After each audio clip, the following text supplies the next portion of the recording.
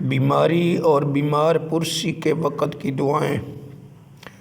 حضرت عائشہ رضی اللہ تعالی عنہا سے روایت ہے کہ جس وقت ہم میں سے کوئی بیمار ہوتا تو رسول اللہ صلی اللہ علیہ وسلم اس وقت اپنا دایاں ہاتھ پھیرتے اور یہ دعا پڑھتے: اذہب الباس رب الناس واشفی انت شافی لا شفاء الا شفاؤک شفاء لا یغادر سقما۔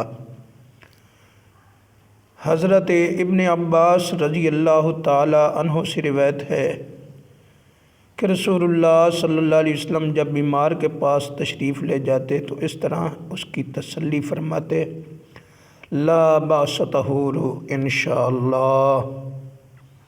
اللہ ہمیں بھی یہ دعائیں یاد کرنے کی اور ان پر عمل کرنے کی توفیق عطا فرمائے، آمین۔